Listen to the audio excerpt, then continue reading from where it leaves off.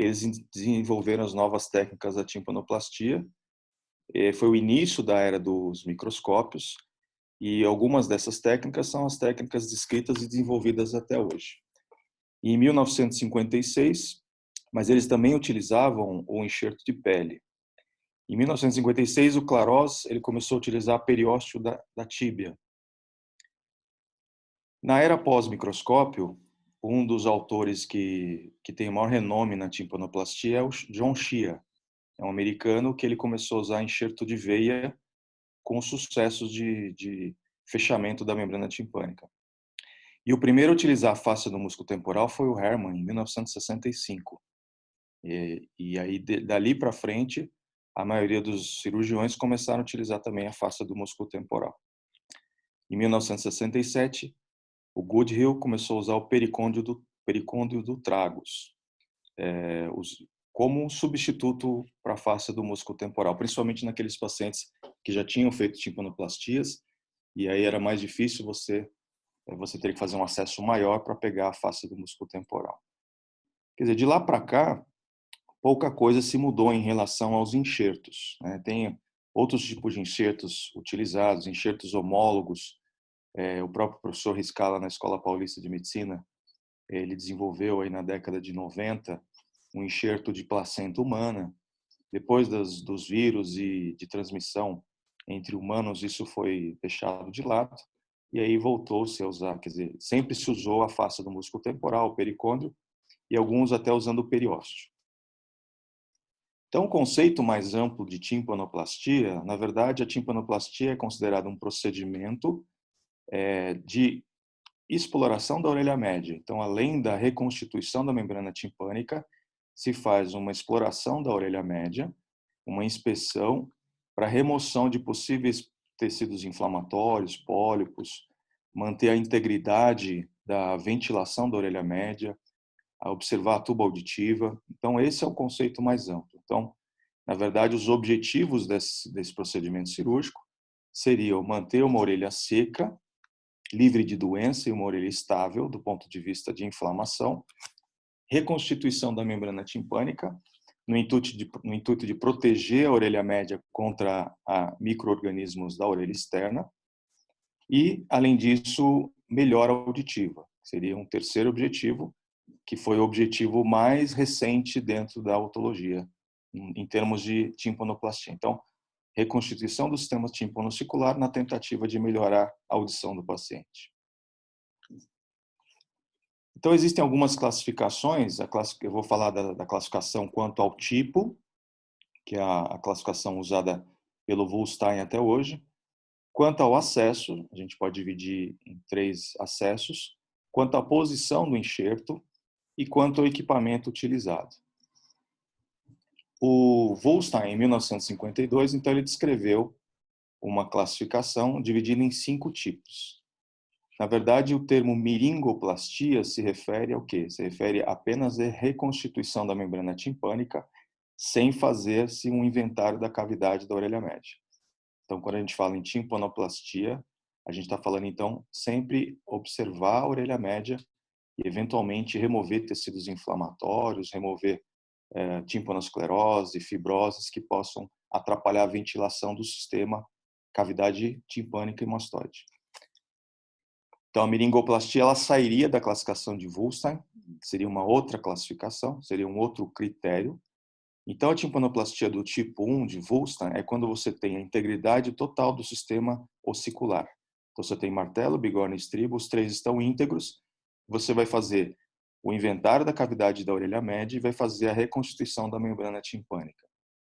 A timpanoplastia do tipo 2 de Wollstein, você faz quando você tem uma pequena erosão do cabo do martelo, mas você tem a integridade da bigorna e do estribo, e o estribo com a platina móvel. Nesses casos, você vai fazer a mesma coisa da timpanoplastia do tipo 1, e você vai colocar um enxerto, aí nós vamos discutir um pouquinho sobre as técnicas cirúrgicas. Na timpanoplastia do tipo 3, você já tem a erosão do martelo e da bigorna e a integridade da supraestrutura do estribo. E nessas situações, naquela época, não se fazia a reconstrução do sistema tímpano-circular como é feita hoje. Eles não tinham próteses sintéticas como os torpes de titânio. As reconstruções de cadeia circular começaram um pouquinho mais recente. Então, eles colocavam o enxerto em cima do estribo. Tá? Então, seria a timpanoplastia do tipo 3.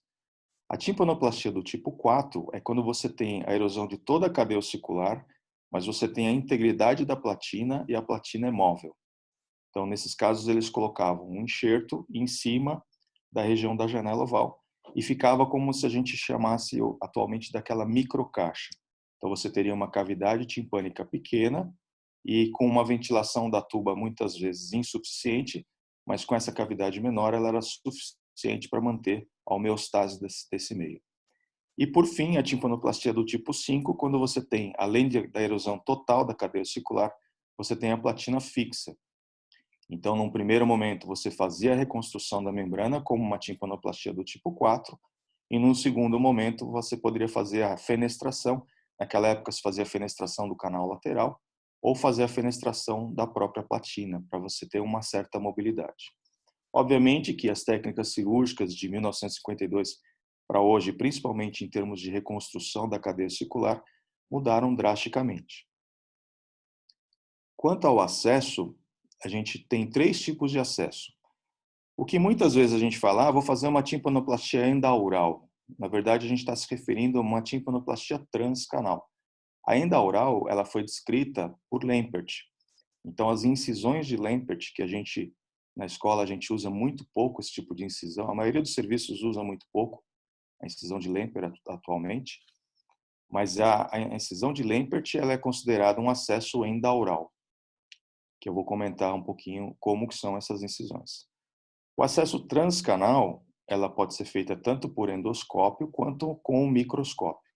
Então, o acesso transcanal é aquele acesso que você vai fazer pelo meato acústico externo, sem nenhum tipo de incisão externa para ter acesso à cirurgia. Você vai fazer incisões para retirada do enxerto, mas na verdade é um acesso que é feito pelo meato acústico externo.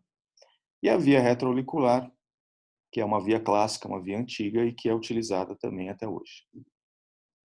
Então aqui vocês estão vendo, eu vou minimizar um pouquinho a tela só para mostrar. Essas são as incisões de Lempert, né?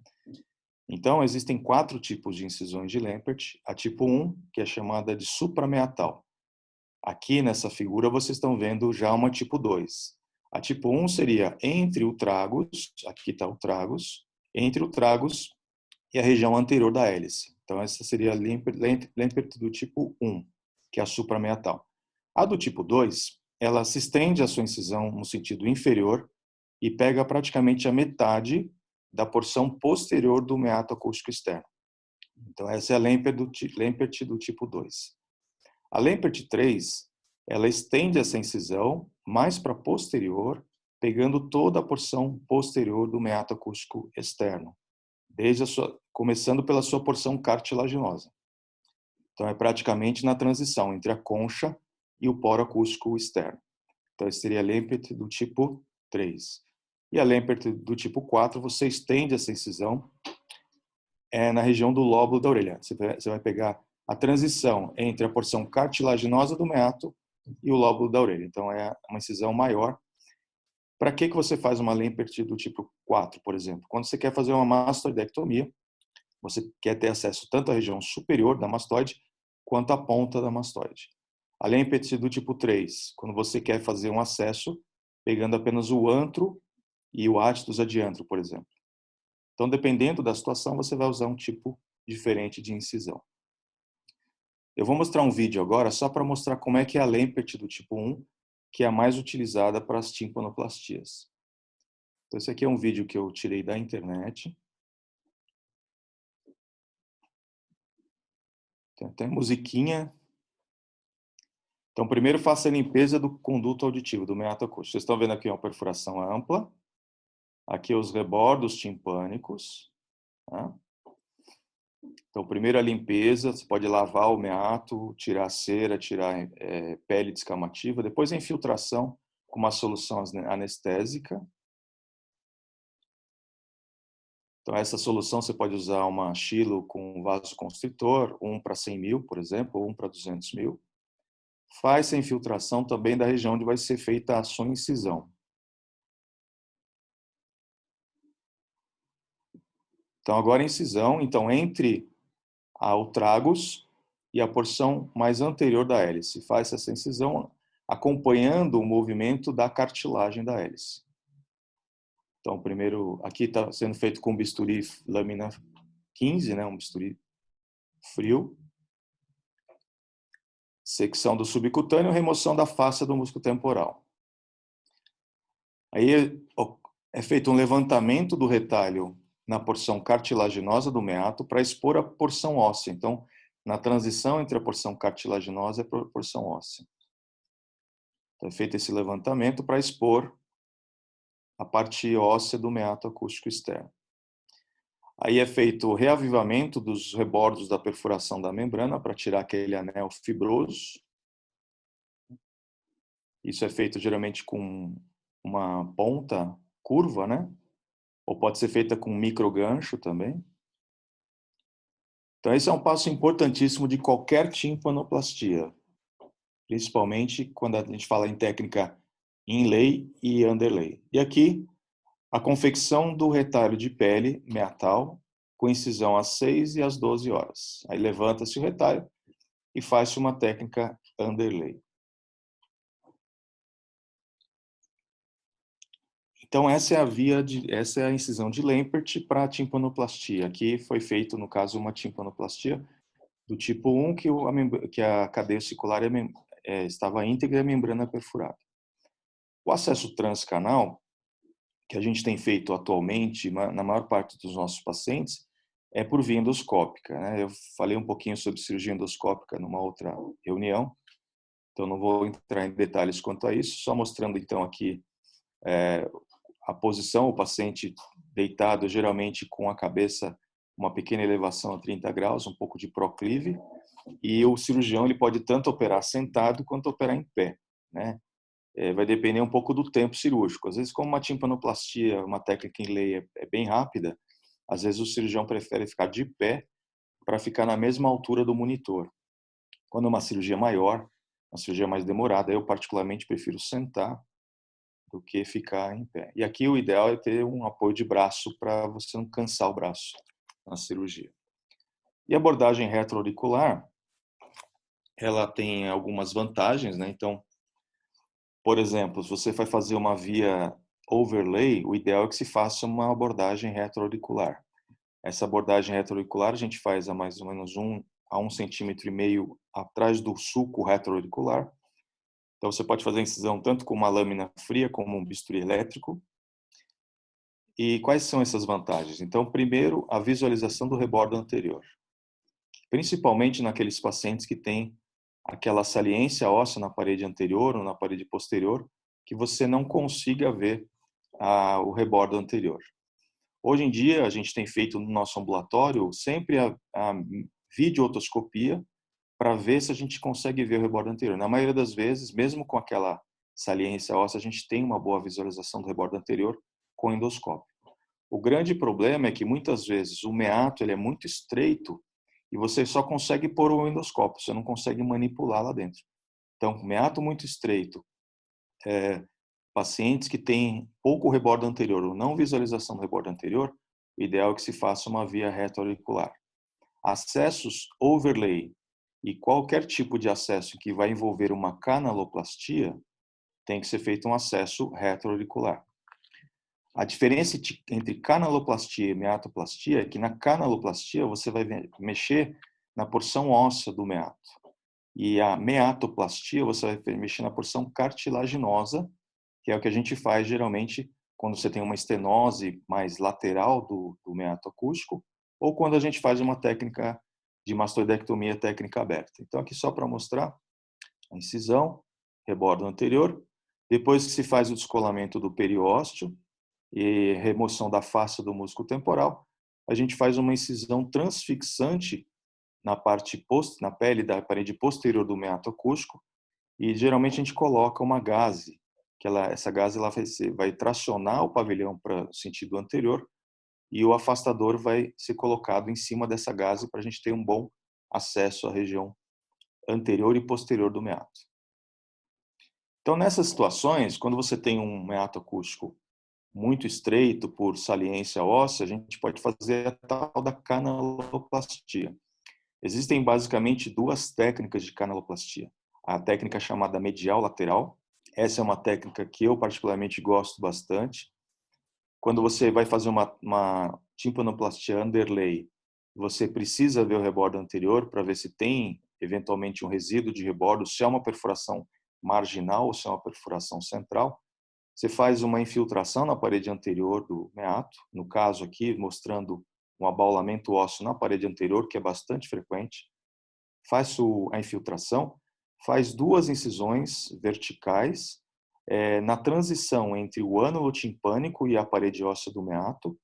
E essa incisão ela vai depender, o seu tamanho e a sua localização vai depender de onde tiver esse abaulamento.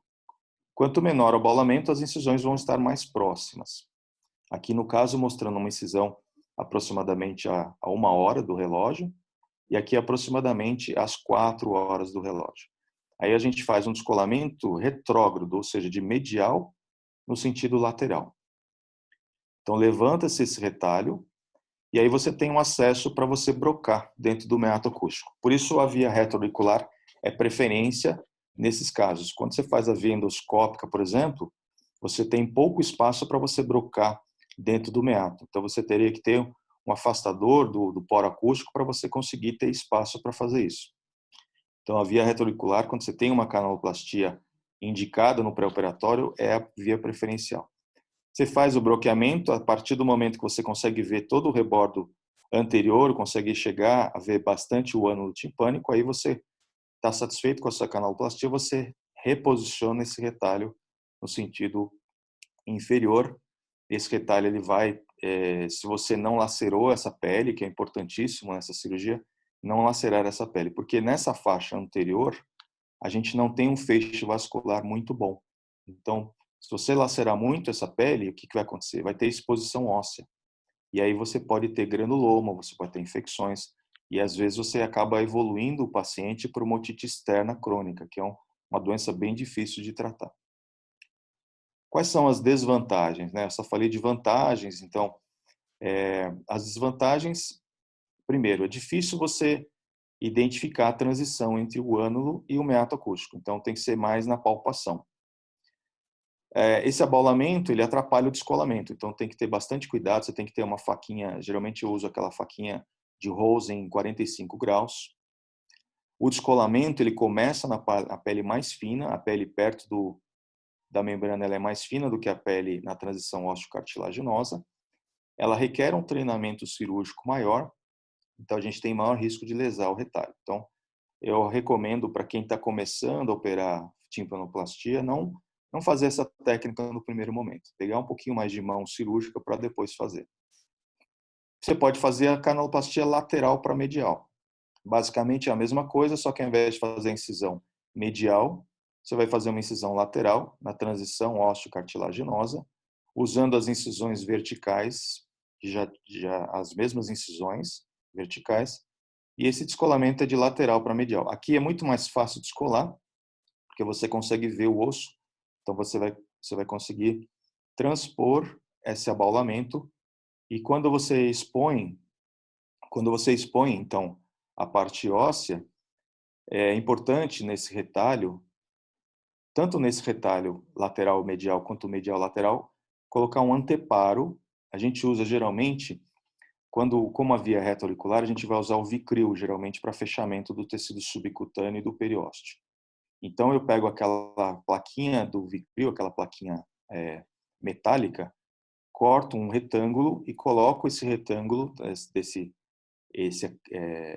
parece um papel metálico, né, que a gente coloca aqui, e eu protejo esse retalho, porque senão se eu escorregar minha broquinha aqui, essa broca é uma broca pequena, mas de alta rotação.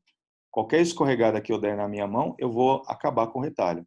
E a complicação vai ser aquela que eu falei.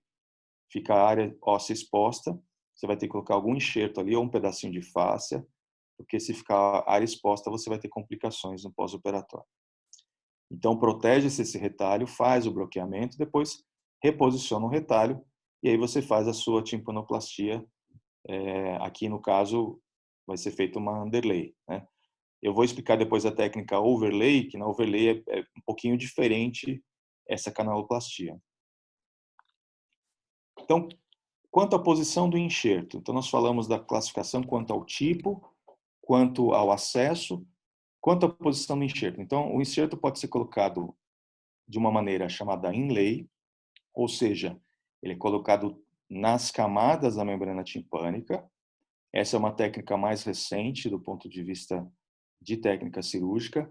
A técnica underlay, que é o que a gente usa mais na prática, então aqui mostrando uma figura, uma técnica em lay, a cartilagem, uma parte vai ficar para dentro da orelha média, uma parte para fora.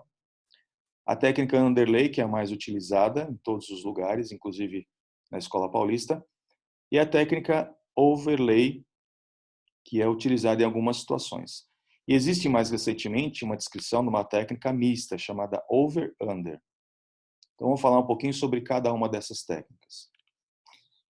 E quanto ao equipamento utilizado, a gente tem o videoendoscópio e o microscópio cirúrgico.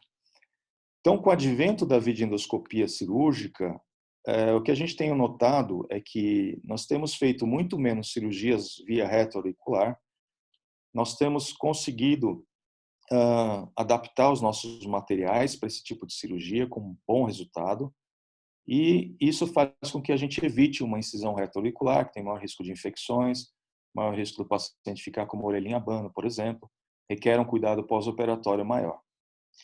A gente tem feito muita cirurgia também em crianças, usando o videoendoscópio. Aí, no caso ideal, você tem um endoscópio um pouquinho menor, de 3 milímetros, por exemplo. Então, fora isso, a gente tem as vantagens de você conseguir ver muito bem as regiões, as estruturas da orelha média. Desvantagens do videoendoscópio é você ter uma mão presa com o endoscópio e muitas vezes ele dá uma falsa ideia. Por exemplo, vocês estão vendo uma figura aqui em que a gente tem o videoendoscópio, vai ter uma visão muito boa aqui da membrana timpânica, porém você tem um abaulamento ósseo no conduto. E isso muitas vezes dificulta. Você tem uma visão maravilhosa, só que quando você vai colocar o seu instrumental, ele não passa. Você vai começar a bater no endoscópio. Então, seria interessante no pré-operatório desse paciente não só fazer a visualização da membrana timpânica com o endoscópio, mas também tentar pegar uma curetinha e tentar tirar uma cera ou eventualmente tentar trabalhar com as duas mãos, obviamente se o paciente tolerar esse tipo de procedimento, para a gente ver se a gente vai ter espaço para trabalhar. Muitas vezes você vai ter que fazer uma canaloplastia. E quando você faz a cirurgia, mesmo que você tenha uma boa visualização da parede anterior, da parte anterior do rebordo da membrana, no pós-operatório, você vai fazer o pós-operatório geralmente com otoscópio. Você vai ter uma falha de visibilização da região anterior.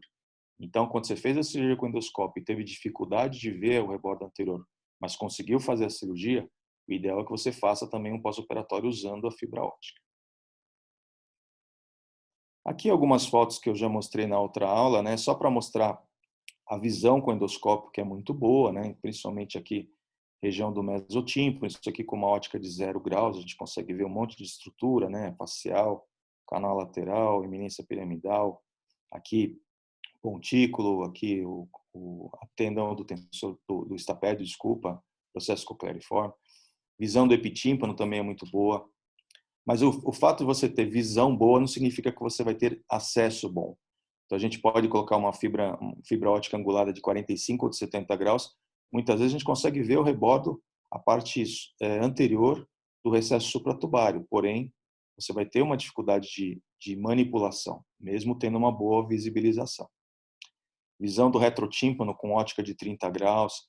Então, essa é a grande vantagem do endoscópio. Primeiro, você conseguir fazer mais acessos transcanais e, segundo, você ter uma visibilização muito boa das estruturas da orelha média. Bom, em relação ao pré-operatório, primeiro, a gente tem que saber por que nós estamos indicando essa cirurgia. Qual que é a doença de base do paciente? Não é simplesmente falar, eu vou fazer uma timpanoplastia. Eu preciso saber por que eu estou fazendo essa timpanoplastia. Se o paciente tem uma perfuração decorrente de uma otite média aguda que ele teve uma vez na vida e acabou ficando com a perfuração, aquela otite média aguda necrotizante, Se o paciente tem uma otite média crônica em atividade ou se ele tem uma otite média crônica inativa nesse momento, como é que é o antecedente desse paciente, se esse paciente usa muita gota, se ele fazia proteção auricular no pré-operatório, se esse paciente tem uma perfuração, por exemplo, por um barotrauma, então quer dizer, a tuba auditiva dele funciona bem, de repente ele teve uma lesão aguda da membrana e ele ficou com essa perfuração. Se é um paciente que tem otite externa junto com a otite média, então muitos pacientes que têm otite média crônica evoluem com otite externa também. Isso, muitas vezes, você não consegue ter uma orelha seca para você ter um resultado pós-operatório adequado. Se foi um paciente que teve uma iatrogenia, de repente ele perfurou a membrana com algum instrumental, se foi um paciente que colocou tubinho de ventilação, isso não é tão raro. Às vezes crianças que colocam tubo várias vezes e o tubo cai e a membrana não fecha. Então você fica ali com uma perfuração timpânica, né? Dependendo da idade da criança, às vezes é melhor você esperar para ver aquela função tubária daquela criança, como é que vai evoluir. Muitas vezes você faz o fechamento da membrana, a membrana retrai, porque a tuba não é boa, e o que vai acontecer é que você vai ter que pôr o tubinho de novo. Segunda coisa em relação ao pré-operatório, quais são as condições da orelha média? Então, eu tenho uma orelha média sadia, ou eu tenho uma orelha média que está com um pólipo, uma mucosa hiperplásica. Como é que está a tuba auditiva? Eu consigo ver a tuba auditiva? Sem exame endoscópico, eu não consigo ver. Então, eu particularmente gosto de todo paciente que eu fazer timpanoplastia, isso principalmente falando em otite média crônica. Se for uma timpanoplastia por um barotrauma ou por uma outra situação que não indique um processo inflamatório crônico na orelha média, eu não preciso me preocupar tanto com a condição da tuba auditiva. Mas quando é uma otite média crônica, sempre é interessante ver a tuba auditiva. Então, fazer uma nasofibroscopia, ver como é que é essa tuba, ver se não tem uma adenoide peritubária. Às vezes pode ser até um tumor de rinofaringe que está ali presente e o paciente acabou tendo uma otite média aguda que perfurou. Ver o estado da orelha contralateral. Então, se o paciente tem uma otite média crônica bilateral, como é que é a audição desse paciente dos dois lados. Isso tudo é muito importante na avaliação pré-operatória. O exame otorrinolaringológico a gente faz em todos os pacientes, obviamente. Se o paciente tiver uma rinite alérgica descontrolada, se ele tem uma condição nasal ruim, você vai tratar essa condição nasal. E a nasofibroscopia eu também acho que é importante, falando nos pacientes que têm otite média crônica, que na verdade é a maioria dos pacientes que vão para timpanoplastia. A audiometria tonal e vocal é fundamental nesses pacientes. Nunca se opera um paciente sem uma audiometria. Eventualmente, se for um paciente que não consiga fazer audiometria, porque é uma criança, por exemplo, você vai fazer uma audiometria comportamental. Eventualmente, eu já fiz timpanoplastia em paciente PC, e o paciente não consegue fazer audiometria, mas é importante você ter um exame para mostrar que o paciente tem audição. Então, foi feito um potencial evocado auditivo do tronco cerebral. Então, algum exame você tem que comprovar, até para fins médico-legais, você vai operar um paciente, se ele já é anacúsico, você já tem uma degeneração neurosensorial importante, você opera, depois no pós-operatório você identifica essa perda e você pode responder a um processo porque você não sabe se você lesou a orelha interna do paciente ou se ele já tinha essa lesão. A prova de função da tuba auditiva, que é uma prova que era muito feita no passado, tem alguns trabalhos, inclusive lá na escola, tem tese de mestrado falando sobre isso. Ela tem resultados não tão confiáveis do ponto de vista de preditor de resultado da timpanoplastia. Você pode fazer a prova de função, principalmente naqueles pacientes que já operaram uma vez, teve insucesso na cirurgia. Você não sabe se o insucesso foi por uma tuba auditiva mal funcionante ou eventualmente foi uma infecção pós-operatória ou uma técnica inadequada. A prova de função, a gente faz o paciente engolir água e vai fazendo a timpanometria para ver o quanto ele consegue mudar a pressão em cada deglutição. E aí você consegue predizer, mais ou menos, se aquela tuba auditiva está abrindo e fechando adequadamente. Então, ela pode ser usada, mas ela não deve ser usada como um preditor indicativo que eu vou ou não operar esse paciente. Ela pode apenas me mostrar que essa tuba ela pode estar abrindo mais ou abrindo menos. Isso vai depender também um pouco da força que o paciente faz para deglutir, enfim. O que eu tenho feito nos pacientes, quando eu faço a nasofibroscopia, eu peço para o paciente fazer um bocejo. Experimentem vocês, quando forem fazer nasofibroscopia, pedir para o paciente fazer um bocejo. Quando o paciente faz o bocejo, a tuba abre muito, muito facilmente, às vezes até mais do que numa manobra de Valsalva. E aí você consegue identificar, comparar uma tuba de um lado com o outro, ver o quanto você consegue ver da luz da parte cartilaginosa da tuba. Então, isso eu uso isso não como um indicador de sucesso, mas eu sei que aquele paciente vai ter uma tuba auditiva pior ou vai ter uma função tubar um pouquinho melhor. Isso pode te ajudar no sentido de a escolha até do enxerto. Quando você tem um paciente que tem uma tuba muito ruim, você pode mudar a sua tática. Ao invés de usar, por exemplo, uma face de músculo temporal, eu posso usar um enxerto com cartilagem e pericôndrio, por exemplo, que vai me dar mais sustentação para, eventualmente, uma função tubária ruim, o paciente não ter uma retração, não evoluir para uma atelectasia. E a tomografia, sempre a gente pede? Sim ou não? Então vai depender, basicamente, da doença que nós estamos tratando. Você não vai pedir tomografia se for uma sequela do otite média aguda. Você não vai pedir tomografia se for uma criança que pôs o tubinho e o tubinho caiu e a orelha está seca. Para que eu vou pedir tomografia? Eu vou pedir tomografia se eu tenho suspeita de uma otite média supurativa mais agressiva, se aquele paciente que você trata, o ouvido seca, depois de um tempinho ele vaza de novo, você não sabe se o paciente está cuidando bem daquela orelha, se está protegendo bem. Então, eu tenho dúvida da doença que eu estou tratando, é essencial fazer uma tomografia. De repente, o paciente pode ter uma retração atical, uma perfuração com retração atical, e aquela cerinha que a gente não consegue tirar na porção marginal do tímpano pode estar escondendo um colesteatoma. Então, a tomografia não vai ser necessária em todos os pacientes. Vai ser necessária de acordo com o tipo do paciente que nós estamos tratando. O exame físico otorrinolaringológico. Então, falando da otoscopia, o que é importante a gente avaliar numa otoscopia? Primeiro, como que é essa perfuração? Se é uma perfuração central, então aqui vocês estão vendo todos os rebordos da perfuração, aqui os rebordos da perfuração.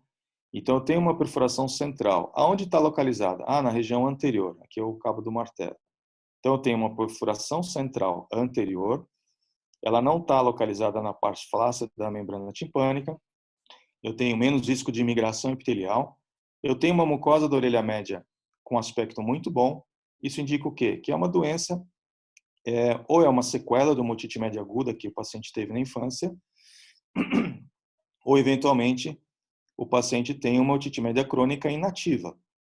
Esse é um caso, dependendo da audiometria do paciente, que eu posso escolher a técnica cirúrgica que eu vou utilizar. Aqui eu posso usar, por exemplo, fazer uma técnica em lei, que é muito simples, ou eu posso fazer uma técnica underlay. E aqui o martelo está na sua posição habitual. Eu não tenho retração importante do cabo do martelo. Muitas vezes, quando a perfuração atinge o cabo do martelo, pela ação do músculo tensor do tímpano, o que vai acontecer? O martelo ele vai ficar mais horizontalizado.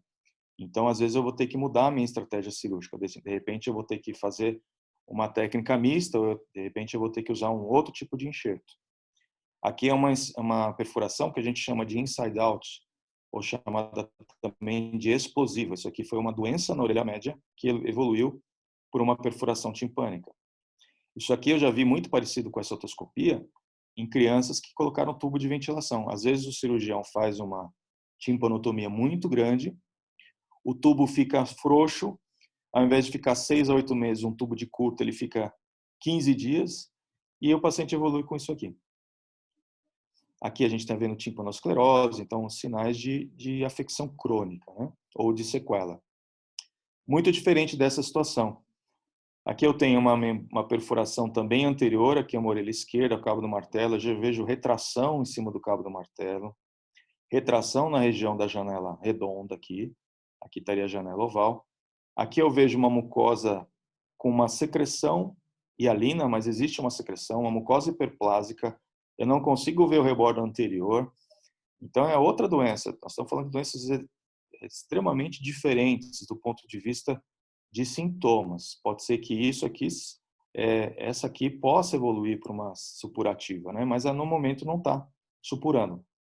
Aqui vocês estão vendo retrações e que a gente chama de perfuração outside in, ou seja, houve uma retração do tímpano e o tímpano rompeu, também chamado de implosiva. Aqui é uma doença totalmente diferente. Como é que eu vou colocar meu enxerto underlay por baixo desse cabo do martelo, né?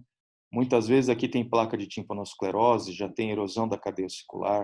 Então, eu vou ter muito mais dificuldade nessa cirurgia do que nessa cirurgia. Aqui a técnica cirúrgica vai mudar.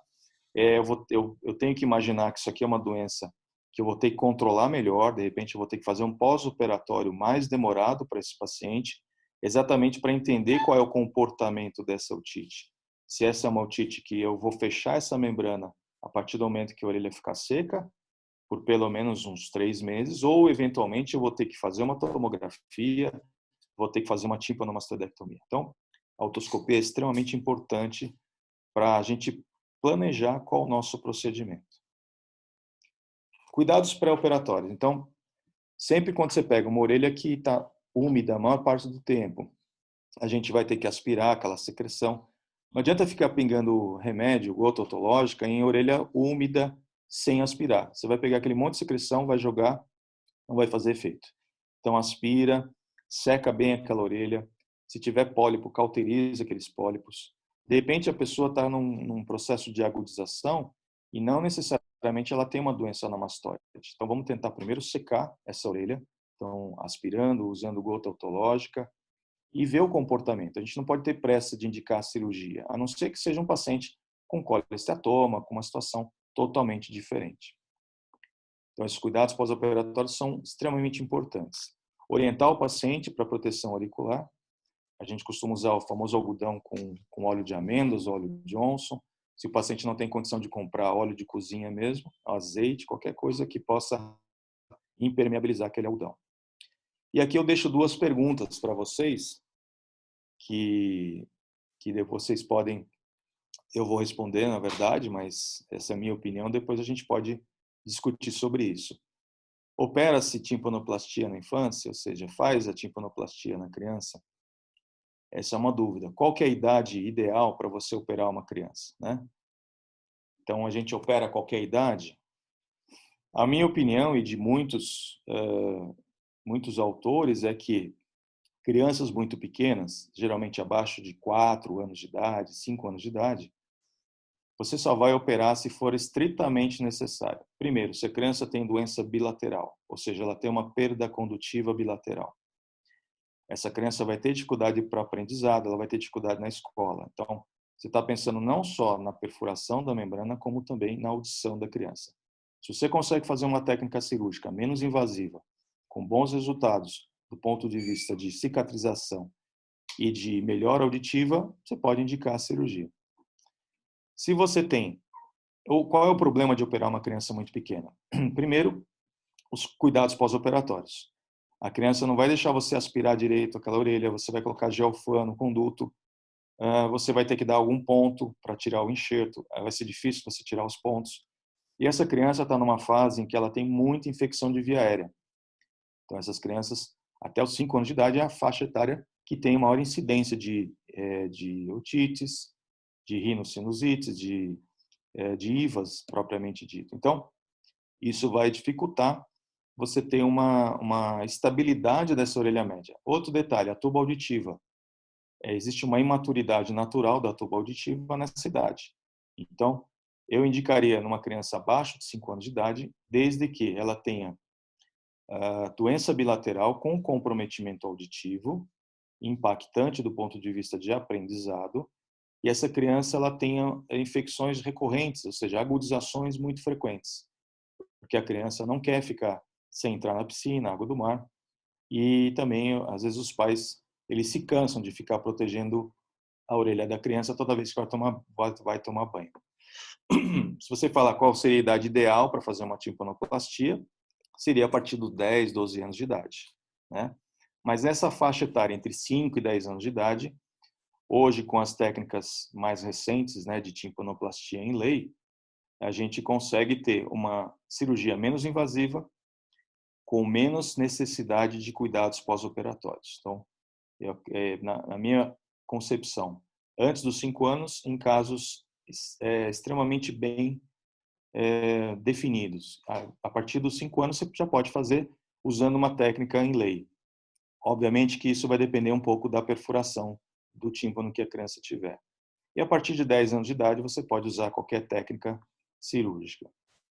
E nos idosos, existe uma idade limite para operar? Alguns autores falam que depois dos 65 anos, você tem menor cicatrização, mas isso nunca foi provado cientificamente, né? Do ponto de vista de membrana timpânica, isso não tem uma comprovação científica.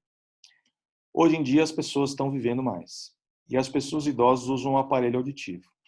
Então, a gente tem que pensar nisso. Os idosos com presbiacusia, quando associa também uma perfuração na membrana timpânica, e quando ele usa um aparelho auditivo, o que vai acontecer? Você vai fechar o meato acústico, você vai predispor ao aparecimento de infecções da orelha externa e, eventualmente, da orelha média. Então, um paciente idoso que usa o aparelho e começa a ter otorreia, que ele não tinha antes, ou um paciente que estava com a orelha seca, por uma perfuração timpânica, começa a usar o aparelho, começa a ter otorreia, você pode indicar a cirurgia, desde que o paciente tenha condição clínica para isso. Eu já fiz cirurgia em pacientes de 75 anos. Né? Não é o habitual, a gente costuma tentar evitar esse tipo de cirurgia, mas esse paciente que eu operei foi exatamente por isso. Ele precisava usar o aparelho, ele usava um aparelho bilateral e um lado começou a vazar. Então, é uma indicação de você fazer em idoso também. Então, na verdade, hoje em dia não existe um limite de idade para você operar. Você pode operar o idoso. Tendo condição clínica e tendo uma boa indicação, você pode fazer a cirurgia sem problema algum.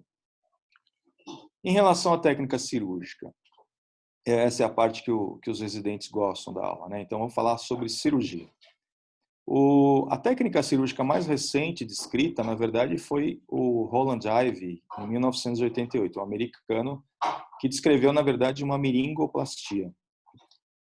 Então, o Ivey, ele pensou, vamos fazer o seguinte, vamos pegar um paciente que tem uma perfuração central, uma perfuração seca, uma orelha média normal, do ponto de vista inflamatório, ou seja, uma orelha média sem atividade inflamatória, que tenha todos os rebordos e perfurações pequenas, e que eu não precise fazer o inventário da cavidade timpânica. Então, você tem uma saúde nessa orelha média. Nesses casos, não são feitas reconstruções da membrana timpânica. Então, você vai ter que fazer cirurgia em pacientes com perdas auditivas de grau leve.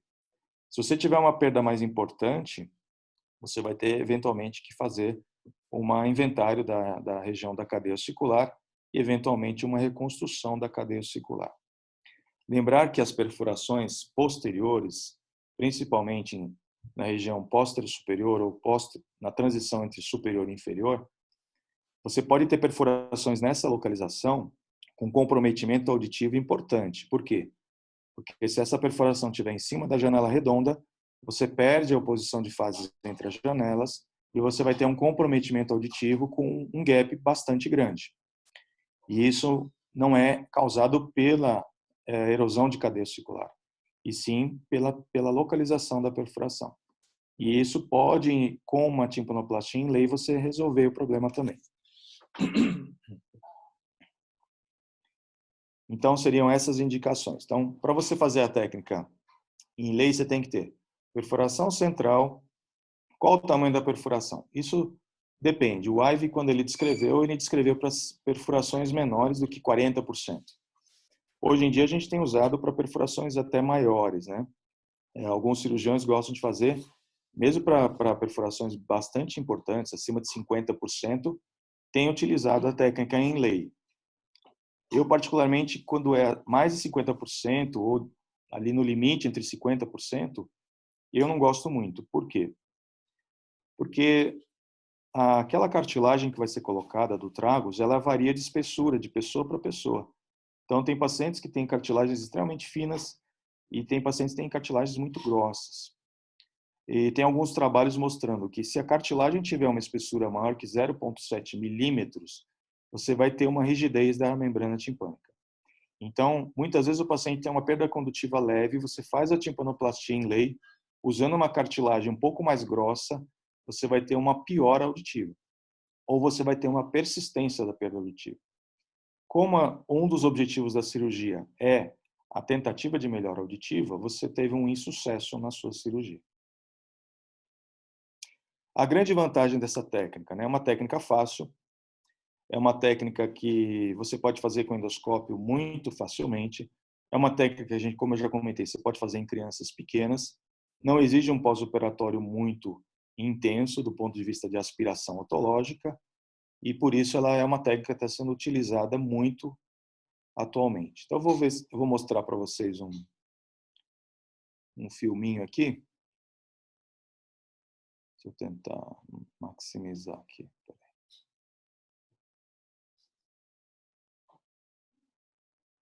É difícil aqui o negócio. Bom, esse aqui é um vídeo de uma cirurgia que foi feita lá na escola, tá? Bom, aqui. Esse é um vídeo de 2016, foi feito uma paciente de 41 anos, feminina, uma perfuração anterior. Vocês estão vendo aqui a perfuração. Tinha algumas placas de timpanosclerose, então feita a escarificação dos rebordos. Aqui não foi feito nenhum tipo de infiltração do meato, porque não vai ser feito o descolamento do meato. Então, remoção do rebordo da perfuração, a perfuração ficou relativamente grande, né? Aqui é mais ou menos uns 40%. Aí a gente faz uma medida com um papelzinho, remove-se a cartilagem do tragus com o pericôndrio, o ideal é que você tenha o pericôndrio pelo menos de um dos dois lados. Aqui, colocação no enxerto. O enxerto é encaixado, tanto na porção posterior, quanto anterior, inferior e superior.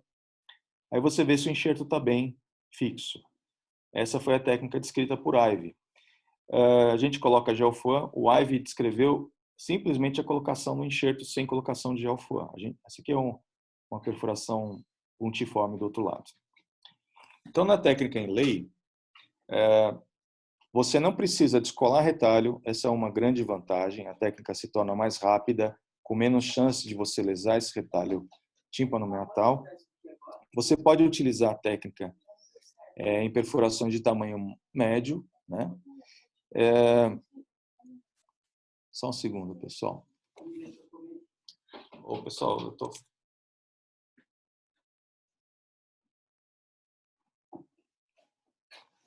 Bom, então essa técnica, ela permite que você... Vou mostrar de novo o vídeo, foi um pouquinho rápido, né? Então aqui você tem que tirar você tem que reavivar os rebordos da perfuração. Você não precisa tirar toda a timpanosclerose, tá? E você vai utilizar esse enxerto fazendo aquela asinha de borboleta. Por que tem que ter pericôndrio na região? Aqui é o pericôndrio, vocês estão vendo, cobrindo a cartilagem. Se você tiver muita exposição da cartilagem, o que vai acontecer? Você pode ter granuloma, formação de granuloma, e o paciente começa a ter otorreia. Então, esse é um dos problemas. Não sei se algum de vocês já deve ter tido essa experiência de fazer uma técnica inlay e o paciente ficar com aquela umidadezinha, dura meses às vezes. Às vezes é difícil de secar essa orelha. Geralmente, ou porque teve uma infecção pós-operatória, ou porque você deixou cartilagem exposta. A gente vai medir a perfuração e vai fazer um enxerto mais ou menos de 2 milímetros maior do que o tamanho da perfuração, para que esse enxerto fique bem posicionado. Você pode colocar gelfuan dentro da orelha média ou não. Isso vai depender um pouco da sua experiência, do tamanho da perfuração. Perfurações maiores, muitas vezes, é interessante você colocar um gelfuan dentro da orelha média para que você tenha uma estabilidade maior do seu enxerto. Esse foi um trabalho publicado na nossa revista da BOL, foi o Testa que orientou esse trabalho, e foi feito uma revisão de casos, uma série de casos em 2 anos, e todos com técnica inlay, a técnica que eu descrevi agora há pouco. Foram cirurgias realizadas pelos nossos residentes, e a gente teve aí um sucesso de 86,4% do ponto de vista de fechamento da perfuração e melhora dos limiares auditivos. Então, mostrando que essa cirurgia ela tem índices muito bons de sucesso. Em mãos experientes, esse nível chega a 95% de sucesso. Então, é uma cirurgia bastante utilizada hoje em dia. A técnica underlay é a segunda técnica, vamos dizer assim, hoje em dia mais utilizada, né? Quando que a gente vai indicar uma técnica underlay? Vai depender da experiência do cirurgião. Tem cirurgião que não se habituou a fazer underlay, gosta de fazer só underlay. Então, situações, principalmente quando você tem perfurações centrais, você não tem perfuração marginal, para você fazer a técnica underlay, você tem que ter rebordo, você tem que ter remanescente timpânico.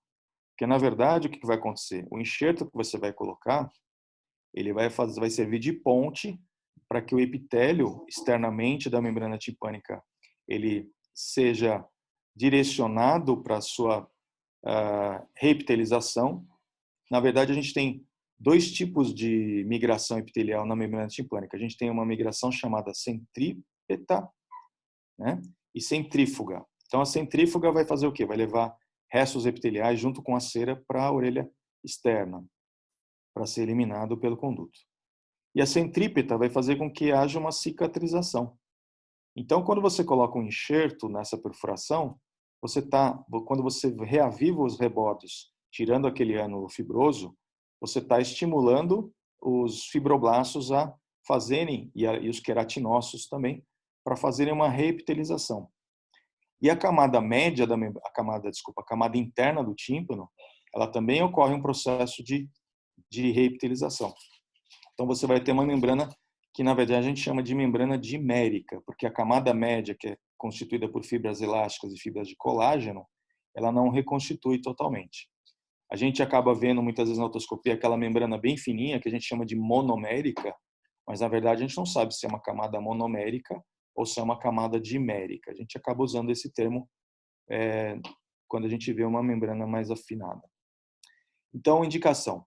Quando você tem experiência com essa técnica, você tem visualização de todos os rebordos, ou seja, perfurações centrais, independente da sua localização. Tá? O fato dela ser mais posterior vai facilitar a nossa técnica cirúrgica. O fato dela ser mais anterior vai dificultar um pouquinho a nossa técnica cirúrgica. Mas ela é indicada para qualquer tamanho de perfuração, desde que tenha rebordo suficiente para existir uma reepitelização através dos remanescentes da membrana timpânica. É aí que está a grande diferença da indicação entre uma técnica underlay e uma técnica overlay. Na técnica underlay, então, os passos da cirurgia são, primeiro, limpeza do meato, tirar a cera, tirar debris. Depois, você pode fazer escarificação dos remanescentes timpânicos, aqui mostrando uma perfuração posterior. Eventualmente, você pode fazer já a infiltração do meato acústico. Quando a gente não vai fazer a canaloplastia, nesses casos, eu faço 3 infiltrações. Uma infiltração mais superior às 12 horas, uma inferior às 6 horas e uma no meio às 9 horas. Tá? Quando você vai fazer canaloplastia, você tem que fazer uma infiltração anterior também. Quando eu vou fazer canaloplastia anterior. Aí eu faço a remoção daquele remanescente, daquele ânulo fibroso, e vou fazer as minhas incisões. As incisões clássicas que vocês conhecem, aquelas incisões às 12 e às 6, que foram descritas por Shea. Existe uma incisão que eu gosto bastante de fazer, principalmente para estapedotomia, que a gente faz uma incisão em meia-lua. A gente pega uma faquinha 45 graus, eu começo essa incisão perto do ânulo timpânico, na região da pars flácida, e eu vou subindo a minha incisão até eu encontrar uma incisão vertical perpendicular às 6 horas. Com isso, eu vou ter um retalho menor. Tá? Esse é um retalho que eu pego a faixa vascular, ou seja, esse retalho ele é bem vascularizado, e eu vou ter um retalho mais curtinho na parte superior. Então, eu gosto de fazer muito isso quando eu vou fazer estapedotomia, porque esse retalho não vai me atrapalhar quando eu for evidenciar a cadeia ossicular. Mas ele pode ser usado também para timpanoplastia. Para perfurações muito amplas, é melhor fazer o 12 a 6, porque você vai ter um levantamento maior do retalho, e com isso você consegue ter uma visão maior da orelha média. Então, faz 2 incisões verticais, Depois, na transição ósseo-cartilaginosa, eu faço uma incisão horizontal unindo as duas incisões. Faz um descolamento do retalho timpanomeatal, como mostrado aqui, levanta a região, faz um inventário da cavidade, vê se não tem tecido inflamatório, vê como é que está a condição da orelha média. Eventualmente, se precisar fazer a reconstrução da cadeia circular, nós vamos fazer. E aí você coloca o enxerto abaixo do quê? Abaixo do martelo e abaixo do remanescente timpânico. Por isso que é do remanescente timpânico anterior. Por isso é chamado técnica underlay, abaixo da camada. Então aqui é a colocação do enxerto. Esse enxerto ele tem que ser maior do que a perfuração, porque ele pode deslocar. Então a gente costuma tirar uma face do músculo temporal de mais ou menos 1 centímetro de diâmetro. Aqui é a colocação do enxerto. Aí você rebate. Antes de rebater, você coloca gel Fuan sem pomada dentro da cavidade timpânica. Aí eu rebato o retalho, primeiro o enxerto, depois o retalho, e aí eu tenho essa visibilização do meu enxerto bem posicionado. Detalhe que o enxerto tem que ter contato com a membrana timpânica. Se você tem um enxerto que ele está muito medial, você vai ter que preencher com gel Fuan para que ele tenha contato. E também esse enxerto não pode estar muito abaulado para fora, porque isso também dificulta a epitelização desse enxerto. E aí depois eu preencho o meato acústico externo com gel Fuan embebido numa pomada com antibiótico. Então essa é a técnica clássica underlay. Os tipos de enxerto. Então a gente pode usar, o que a gente mais usa é a fáscia do músculo temporal, porque ela tem uma boa aceitação pelo organismo, ela tem uma estabilidade muito boa e ela está na região onde nós vamos mexer. Então ela está próxima ao local onde eu vou operar. Para perfurações muito amplas, eu gosto de usar, e principalmente quando tem retração da membrana timpânica, eu gosto de usar enxerto de cartilagem com pericôndrio. Então, o que você pode fazer? Muitas vezes, quando você tem aquele martelo que está horizontalizado, eu tenho que colocar um enxerto underlay, ou por baixo do cabo do martelo. Nesses casos, eu vou ter dificuldade para passar pelo cabo do martelo e, eventualmente, cobrir uma perfuração anterior. Então, o que eu posso fazer? Eu posso fazer o enxerto que vai ser colocado, o cabo do martelo vai ser colocado aqui no meio. Então, eu faço uma ilha de cartilagem. Essa ilha de cartilagem ela vai sustentar eventuais retrações e pressões negativas da orelha média a partir do momento que eu fecho a perfuração. E eu faço um trajeto e o cabo do martelo vai ser colocado aqui. Tá? E aí esse pericôndrio ele vai cobrir o remanescente da perfuração. E geralmente a gente deixa uma parte posterior mais ampliada para que essa parte suba na parede posterior do meato acústico e eu consiga jogar o meu retalho por cima. Isso dá uma estabilidade maior para o meu enxerto. Esse aqui foi uma timpanoplastia também feita por residentes lá na escola. E esse aqui eu vou mostrar, foi uma técnica underlay utilizando uma fibra ótica de 0 graus. Tá? Então aqui infiltração, o vídeo está bem acelerado. Aqui é a retirada do ânulo fibroso, né?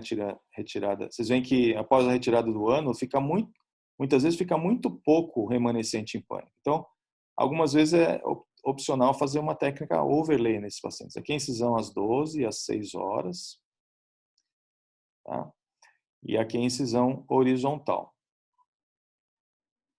Então, um grande detalhe na cirurgia endoscópica é você trabalhar com uma das mãos só. Então, tem que tomar muito cuidado. Essa cirurgia que a gente vê foi lesado muito a pele do meato. Então, isso não é uma coisa boa. Então, estou mostrando um vídeo também para mostrar que a técnica aparentemente pode ser fácil, mas muitas vezes não é. E esse descolamento do retalho, a gente tem que tomar muito cuidado, porque isso é o que vai vascularizar o nosso retalho e isso vai impactar também na pega do enxerto. Então, aqui a colocação da face do músculo temporal. Aqui foi utilizado um gel Fuan, porque muitas vezes é difícil você passar, porque a face já está amolecida, ela ficou secando, mas já molhou. E aí, você pode colocar esse gel Fuan para você conseguir passar a face embaixo do cabo do martelo, aqui o cabo do martelo. E aí depois você pode remover esse gel Fuan, depois você preencher com aqueles cubinhos de gel Fuan, eventualmente nos espaços que estão faltando. muitas vezes essa porção anterior da membrana ela fica muito baixa, muito medial. Então, aí, nesses casos, você tem que levantar o enxerto novamente. Você pode colocar o gelfan pelo conduto, entre o conduto e o seu enxerto, né? Então, o ideal é que todas as porções da membrana timpânica fiquem na mesma posição. Então, alguns problemas com essa técnica. Primeiro, o retalho, você pode desvascular esse retalho. E segundo, que perfurações com retrações, você às vezes tem dificuldade para colocar um enxerto. E muitas vezes, na evolução cicatricial, você vai ter um enxerto que vai medializar e vai encostar no promontório. Nesses casos, geralmente a cirurgia não dá certo, você vai ficar com uma perfuração residual. E a técnica overlay, quando que a gente indica? Também depende muito da experiência do cirurgião. Lá em Los Angeles, no House, eles usam muito a técnica overlay, mesmo para perfurações pequenas. Por quê? Porque eles têm muita experiência e porque os resultados deles são bons com essa técnica. Mas, basicamente, quando a gente vai indicar para perfurações muito amplas, então imagina uma perfuração dessa. A hora que você tirar o ânulo fibroso, não vai sobrar nada de remanescente timpânico. Você não vai ter vascularização suficiente nessa membrana, não vai ter epitelização suficiente para você fechar uma perfuração desse tamanho. E algumas perfurações em que praticamente são marginais. Então, aqui, a chance de você, aqui numa situação mais anterior, quando ela é marginal posterior, a técnica overlay, a técnica underlay é muito bem aceita. Por quê? Porque o enxerto que você vai colocar, ele vai subir um pouquinho para o meato acústico. Quando você tem uma perfuração anterior e ela é marginal, você não coloca, na underlay, você não vai colocar o enxerto por baixo, não vai conseguir colocar o enxerto por baixo porque não tem remanescente timpânico para isso. Então, a técnica overlay é muito bem indicada nessas situações. Como que é feita essa técnica? Então, a gente tem aqui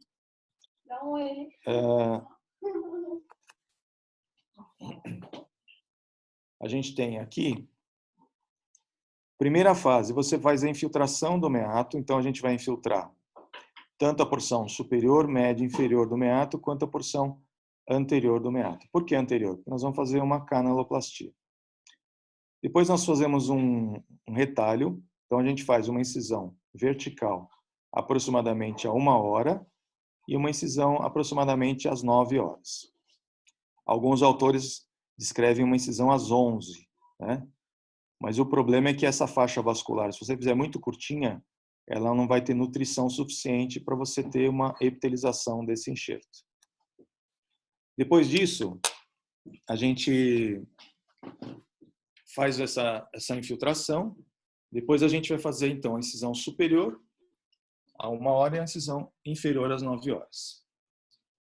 Aí a gente faz, além dessa infiltração e a incisão, a gente faz uma incisão medial, como se fosse fazer aquela canaloplastia medial para lateral. A gente faz uma incisão perto do anel fibroso e vai fazendo descolamento retrógrado. Então, esse retalho é o que vai dar a vascularização para o nosso enxerto. Depois, eu faço uma incisão horizontal na transição ósseo-cartilaginosa do meato, da onde eu fiz a minha incisão superior, da 1 hora até a incisão às 9 horas. Eu faço uma incisão, isso na transição ósseo-cartilaginosa, que está mostrando aqui, e eu faço um descolamento de lateral para medial, como se eu fosse fazer uma técnica underlay. Eu paro onde? Eu paro exatamente do anel fibroso. Então, eu descolo essa pele do anel fibroso, eu mantenho o anel fibroso no seu local. Então, você remove essa pele. Essa pele ela vai ser colocada num soro, uma solução fisiológica, e eu tenho que definir, quando eu colocar, o que é superior, o que é inferior, e o que é anterior e posterior, e o que é lateral e medial. Então, eu tenho que identificar exatamente a posição que essa pele vai ser reposicionada. Ela tem que ser reposicionada na mesma posição que ela foi removida. Com isso, eu tenho toda a parte óssea do meato exposta. Então, eu consigo fazer um bloqueamento dessa região, faço uma canaloplastia. Depois que eu fiz a canaloplastia, eu vou remover aquele pó de osso que eu acabei brocando, e eu vou retirar todo o epitélio, toda a parte externa da membrana timpânica, mantendo a camada média, a camada interna da membrana timpânica. Então, vou desepitelizar toda a membrana timpânica. Depois eu preparo o meu enxerto de face temporal. Então tem que ser uma face maior do que a perfuração. E eu posso fazer uma abertura na face para encaixar o cabo do martelo. Depois eu vou posicionar a minha fáscia em si, então o cabo do martelo ele vai ficar por cima da fáscia, porque antigamente se colocava o cabo do martelo por baixo. Qual que é o problema disso? Principalmente a lateralização do enxerto. Então o ideal é que se coloque o cabo do martelo segurando o enxerto de face do músculo temporal. Aí eu vou colocar esse enxerto de modo que ele cubra um pouco da parede óssea do meato. Depois eu coloco a minha pele, que estava lá no soro, eu reposiciono a pele e, por fim, eu coloco o meu retalho vascularizado por cima da face do músculo temporal. O que é importante nessa técnica? Primeiro, desepitelizar todo o remanescente timpânico e a pele que está em cima do cabo do martelo, porque senão eu deixo pele dentro da orelha média, isso pode predispor ao aparecimento de colesteatoma. E, por fim, eu coloco o gel Fuan, e esse gel Fuan ele tem que ser colocado, e isso eu coloquei gel Fuan já na orelha média, antes de colocar a fáscia. Esse gel Fuan ele tem que ser colocado de uma maneira em que você tem um ângulo fechado entre a sua pele e o seu enxerto. Se você tiver um ângulo muito aberto, isso vai causar o tal do blunting, que eu vou mostrar para vocês. Então, depois você preenche todo o meato acústico com gel Fuan embebido com uma pomada antibiótica e terminou a sua cirurgia. Aqui eu estou mostrando, então, a técnica. Aqui a confecção do enxerto. E é importante a gente manter um ângulo mais fechado entre o enxerto e a pele do meato. Se eu deixar um ângulo mais aberto, o que pode acontecer? Exatamente isso daqui. Um deslocamento do enxerto e eu vou ter um blunting, chamando esse espaço, ele fica aberto. E aqui você tem um ganho auditivo muito pequeno, você tem uma perda de energia nesse tipo de situação. A outra situação é que você pode ter resto epitelial aqui e formar um cisto de colesteatoma. E existe, por fim, a técnica mista, que é chamada técnica over-under. Então, como é que é feito? Qual seria o princípio dessa técnica? Então, você vai ter uma perfuração, geralmente ela é indicada para perfurações anteriores, perfurações de diferentes tamanhos, em que o cabo do martelo muitas vezes está mais horizontalizado e você pode eventualmente precisar fazer uma reconstrução da membrana timpânica. Então aqui vocês estão vendo o mesmo retalho que a gente faz na técnica underlay. E aqui na técnica underlay, o que eu faria? Eu colocaria um enxerto por baixo do cabo do martelo. Muitas vezes o cabo do martelo está muito horizontalizado e eu não tenho espaço para colocar. Ou, eventualmente, eu vou precisar fazer uma reconstrução da cadeia, que vocês estão vendo o ramo longo da bigorna. Eu vou ter que muitas vezes colocar um enxerto ósseo aqui. E se eu colocar o meu enxerto de face do músculo temporal nessa posição, dificulta depois a colocação do enxerto ósseo e muitas vezes ocorre um deslocamento desse enxerto. Então, foi descrita essa técnica chamada técnica mista over-under. Por que over? Porque eu descolo a membrana timpânica do cabo do martelo e eu vou colocar um enxerto por cima do cabo do martelo, entre o cabo do martelo e o remanescente timpânico. Então, ela é under, porque ela vai ser colocada abaixo da camada anterior da membrana timpânica, e over porque é colocado em cima do cabo do martelo e em cima da parte óssea do meato posterior. Então, aqui é o enxerto sendo colocado e o fechamento do retalho. Então, em algumas situações, a gente pode também lançar a mão da técnica over-under. É bastante interessante quando você vai precisar fazer a reconstrução da cadeia ossicular. Então, o seu enxerto vai ser bem posicionado e vai ficar bem fixo. O grande problema é você não deixar um espaço grande entre o martelo e o remanescente timpânico, porque muitas vezes você pode ter um deslocamento dessa estrutura e você ficar com um gap entre o martelo e a membrana. E você vai ter uma perda auditiva condutiva de grau moderado. Bom, nós falamos então das técnicas cirúrgicas, eu vou comentar agora dos cuidados pós-operatórios. Então, para qualquer tipo de cirurgia de timpanoplastia, os cuidados são muito semelhantes. Então, quando você faz uma via transcanal ou endaural, você vai ter uma cicatriz, uma incisão, seja por causa da retirada do enxerto, seja numa incisão de Lempert. Então, você vai ter que proteger, você vai ter que cuidar daquela incisão. Uma incisão reto-auricular é a mesma coisa. A gente usa antibiótico de rotina, né? Então, além de a gente usar antibiótico no intraoperatório, a gente costuma usar antibiótico no pós-operatório dentro da primeira semana. Isso é discutível, os infectologistas acham que não precisa usar antibiótico se você usou antibiótico no transoperatório. Mas, na nossa experiência, os casos que não usaram antibiótico no pós-operatório, muitos tiveram complicações de infecção. Então, a gente costuma usar ou uma amoxicilina ou uma cefalexina por 7 dias. Orientar o paciente a evitar a manobra de Valsalva, então não fazer esforço físico, usar uma dieta laxativa, tudo isso para não ter o deslocamento do enxerto. Aqui eu mostrando o Gelfuan, aqui os cubinhos de Gelfuan, não tem que ter pressa para tirar Gelfuan. Às vezes o paciente fica com aquela angústia porque está com o ouvido abafado, é normal ter uma pequena secreção drenando pelo meato acústico, a gente tem que orientar isso para o paciente. O ideal é que você deixe pelo menos 2 semanas. Eu acho até mais recomendável deixar uns 20 dias o Gelfuan sem precisar mexer. Aquela parte mais externa do Gelfuan, ela vai sair naturalmente. E aquela parte mais medial do Gelfuan, a gente vai aspirar com cuidado e não precisa ter pressa para isso. O que é importante, o paciente vai voltar depois de 1 semana, a gente vai orientar a proteção auricular com algodão embebido com óleo. Você suspende o antibiótico depois de 1 semana se o paciente não tiver sinais de infecção da ferida cirúrgica. E muitas vezes, quando ele tem uma secreçãozinha na orelha externa e tem muito Gelfuan ainda, eu costumo usar, não o Oxiriax, que está mostrando aqui, eu costumo usar uma gota de ciprofloxacina sem corticoide. Por que sem corticoide? Para não retardar a cicatrização. Então, eu uso geralmente a Siloxan ou Biamotil, que são gotas que só têm a ciprofloxacina. Depois de 3 semanas, a gente vai aspirando o Gelfuan. Complicações. Então, o blunting, que eu comentei com vocês, é uma complicação quase que exclusivamente da técnica overlay, assim como a lateralização do enxerto de face do músculo temporal. O colesteatoma também é mais comum na técnica overlay. Estenose de meato acontece quando? Por que na técnica overlay você faz a canaloplastia? Porque aquela pele que você removeu, ela pode deslocar um pouquinho. Então, o ideal é que se faça canaloplastia na técnica overlay. A estenose do meato ela pode ser causada por técnica underlay ou por técnica overlay. A técnica underlay ela pode acontecer quando você faz um descolamento com muita lesão da pele. Então, você desvasculariza aquele retalho e isso complica com uma estenose, muitas vezes.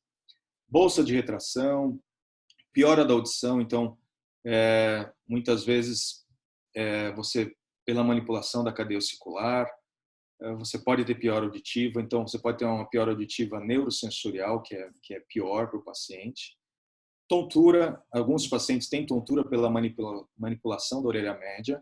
Essa tontura geralmente melhora depois de alguns dias. Alteração do paladar é uma coisa que a gente não costuma falar para os pacientes, mas muitos pacientes têm no primeiro momento por lesão do corda do tímpano ou por estiramento da corda do tímpano e acaba recuperando, assim como os pacientes que fazem a estapedotomia. E a paralisia facial periférica, acho que é a complicação mais temida dessa cirurgia. Quando você não viu o facial, eventualmente você passou algum instrumento no facial ou aspirou em cima do nervo facial, e é uma complicação bastante grave para nós otologistas, né? E os insucessos da cirurgia? Então, nós temos aí perfurações muito amplas, um funcionamento... Então, perfuração muito ampla, dependendo da técnica que você utiliza, às vezes não é a técnica mais adequada. Eu gosto, para perfuração muito ampla, fazer a técnica overlay. Funcionamento da tuba. Então, você faz uma cirurgia linda e a tuba não funciona bem, principalmente quando você usou enxerto de face, você vai ter uma retração pós-operatória e às vezes evolui para uma atelectasia. O estado inflamatório da orelha média, então a gente costuma no Brasil tentar fazer a cirurgia ao mesmo tempo, fazer a timpanoplastia e a reconstrução ossicular. Então, muitas vezes é melhor você resolver o processo inflamatório, faz a timpanoplastia, e num segundo momento você faz a reconstrução da cadeia ossicular numa orelha com menos inflamação. Técnica inadequada, pouca visibilização do rebordo anterior, que hoje em dia com a fibra ótica isso melhorou muito, infecção pós-operatória e pós-operatória inadequada. O paciente não fez a parte dele, ele não protegeu a orelha, ele fez Valsalva, ele acabou não se cuidando e evoluiu por um insucesso. Então, pessoal, desculpem se me alonguei muito aqui na aula. Eu vou descompartilhar minha tela aqui.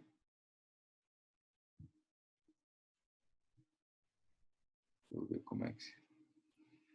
Vocês estão vendo a minha tela, não? Sim. Sim. Espera aí que eu já derrubo o seu aqui, ó. Pronto. Agora sim. Bom, só estava vendo minha tela, agora eu estou vendo vocês. Legal, algumas interrupções. Então, eu queria saber se alguém tem alguma dúvida. Vamos abrir para o pessoal aí. Ó, a gente chegou a ter 42 participantes. Tem participante do Velho Oeste aí, Marcão, de Prudente. Bom. Grande Precepa. E aí, pessoal? Perguntas para o Marcão? Bela aula, Marcão. Marcão, só uma dúvida. Você tem alguma pomada que você prefere usar para colocar para misturar com o Gelfuan na hora do finalizar ali a cirurgia? A pomada que a gente usa é Epitesan mesmo, né? Epitesan? Epitesan. Alguns hospitais não têm Epitesan, então a gente usa Rengencel. Mas, assim, tem hospitais que não tem nenhuma das duas, você pode usar Nebacetin. Tá. Quando você fez uma técnica e protegeu bem o enxerto, o Nebacetin ele é ototóxico, né? Uhum. Mas o que eu faço? Quando eu uso o Nebacetin, eu coloco a primeira camada de Gelfuan sem a pomada, depois, a partir da segunda, eu começo a colocar com a pomada. Tá? Mas o que a gente usa mais é Epitesan. Ô, Marcão, já falando em pomadas, assim, não a ver com as timpanoplastias, assim, eu ainda faço de vez em quando alguma mastoide por aqui, apesar de ser mais rinologista. Eu tenho dificuldade, antigamente a gente usava a terracortrio, enfim, pós-operatório, principalmente cavidade aberta. Eu não acho mais essas pomadas, cara, eles sumiram. Vocês usam alguma coisa outra específica? A terracortrio saiu do mercado, né? Então, você pode usar a Eu terramicina. usei uma época terramicina, também não acho. Não tá Esse é o achando? problema. Nossa, Não? super difícil, super. Eu Então, não sei se vocês têm alguma outra. Você pode usar aquela Mood. Certo. Conhece a Mood? Sei, que é a quadriderme, né? Isso, é a quadriderme. Então, você pode usar qualquer pomada, na verdade, que tem antibiótico. Tá. Para a técnica aberta, a gente não tem muito esse medo de usar pomada ototóxica, né? Tá. Legal. Porque é outra situação, né? Tá. Bacana, valeu. Bela aula, Marcão. Obrigado. Desculpa se eu fui muito longo aqui. Não, tive que fazer umas interrupções aqui. Isso é a rotina familiar, né? É cachorro passando, é a filha fazendo ginástica na sacada. Bom, e as fellows aí? Alguma coisa? Pois é, cadê as fellows? Eu tenho dúvida, às vezes, na perfuração que o cabo do martelo está no meio da perfuração, só que é uma perfuração pequena. Então, às vezes, a gente vê fazer a técnica em lei com o plug com um triângulozinho para encaixar lá no martelo. É melhor mesmo fazer isso ou o senhor prefere fazer com a fáscia por baixo? Daiane, depende do grau de exposição que você tem do cabo do martelo. Se for uma exposição bem pequena, aquela que é até difícil de ver na otoscopia, você fazer a técnica em lei com essa canaleta acho que funciona muito bem. Quando é uma exposição muito grande do cabo do martelo, eu não gosto de fazer porque fixa um pouco o martelo, é difícil de colocar um enxerto. O enxerto, geralmente em lei, ele desloca quando você faz isso. Eu prefiro fazer underlay nessa situação. Tá. Às vezes dá a impressão de que vai ficar mais rígido. Então é avaliar o quanto que está exposto. Avaliar o quanto está exposto. Se essa exposição bem pequenininha, eu faço em lei com essa canaleta, funciona super bem. Tá ótimo. Obrigada. Imagina. Mais alguém? Mais alguma pergunta? Ziquinha, Adri, Bia? Não, obrigado, Sr. Flávio. Do pessoal mais velho? Marcão, prazer te ver aí, viu? Ô, prazer, viu, Marcão? Prazer mesmo. Saudade de todos aí. Precepa, Marcão, Carlão aí que eu tô te vendo. Muito bom. Tô aqui no interior aqui, né? A gente fica meio fugindo, mas aqui a gente ainda faz um pouco de ouvido ainda, apesar de ser mais rindo mesmo, o consultório acaba sendo mais referência, mas eu ainda acabo fazendo, legal. Gosto muito. E Valeu pela aula. como é que tá a Covid aí em Prudente? Cara, aqui tá tranquilo, assim, apesar de, enfim, as notícias, mas conversando com os infectologistas aqui, os hospitais estão relativamente tranquilos. A gente tem uma estrutura grande aqui, principalmente de SUS, cara, tem um hospital gigante aqui, que é o hospital regional, tá tudo parado, né? Nós paramos tudo eletivo, então tá pronto só para isso. A princípio tá bem, assim, não tá uma grande, mas tudo parado, né? Tá lockdown total, não tem, enfim, tá, por enquanto tá tranquilo, mas eu parei também 3 semanas o consultório, até para conseguir EPI, que eu não conseguia, agora que eu consegui, tô voltando a fazer devagarzinho, mas tá tranquilo, cara, realmente tá tranquilo, né? Tá, acho que menos que São Paulo aí de vocês. Uhum. Legal. Bom, o pessoal está agradecendo aqui, né? O Prates, Laurinha, Baldin é dose, né? O Baldox, né? Sung, Milena, Vitor, Irã, Thaís, enfim. Todo mundo agradecendo. Lembrando que terça-feira que vem a gente volta com as reuniões do departamento. Também vai ser no mesmo esquema, vai ser à distância. Às 7h30 da pós-graduação, às 8 horas a reunião clínica mesmo, vai ser da laringe. E às 9h30 a gente tem a reunião da Otto. Tá? Então, a reunião da Otto que estava acontecendo às 8 horas, como a reunião do departamento volta na semana que vem, a partir da terça, que é, acho que se não me engano, 28, né? A gente volta a reunião da Otto para as 9h30 e o professor Laércio vai falar de doença imunomediada da orelha interna. E na quinta-feira que vem, ainda dentro desse bloco de técnicas cirúrgicas, vocês vão ter que me aturar na aula de mastoide, tá? Técnica aberta e fechada. Show. 9 horas, né? Né, meninas? As fellows pediram para ser às 9 horas, é isso mesmo? É isso, né? Foi. Então, quinta-feira que vem, às 9 horas, mastoide aberta e fechada. Na terça-feira, a reunião do departamento. E às 9h30, reunião da Otto com os casos e a aula do professor Laércio de doenças imunomediadas. Mais alguma coisa aí, Marcão? Não, é isso aí. Obrigado aí pela atenção de vocês. Eu acho legal a gente manter essas atividades, né? Pelo menos a cabeça fica ativa. Quando terminar tudo isso, o Carlão vai convidar todo mundo para um churrasco onde ele está, porque é um lugar bem bonito aí. Ô, Carlão, você está numa casa legal, hein, cara? Você nunca chamou a gente para ir nesse lugar, hein, cara? A gente se convidou, então, para ir para a casa dele. Então é isso aí, todo mundo pessoal, convidado obrigado. aí, Marcão, depois dessa pandemia aí. Vou aqui do Velho Oeste, hein, cara. Isso aqui tá gravado, viu? O Marcão tá preocupado com o vírus lá em Prudente. Não chega lá, cara. Muito quente. É quente demais, cara. Vocês não morreram de calor, você não vai morrer de Covid, não. Fica tranquilo. É verdade. Não segue a Castelo, né? Bom, Não. Eu não sabia. Na verdade, eu sabia, mas eu nunca me liguei.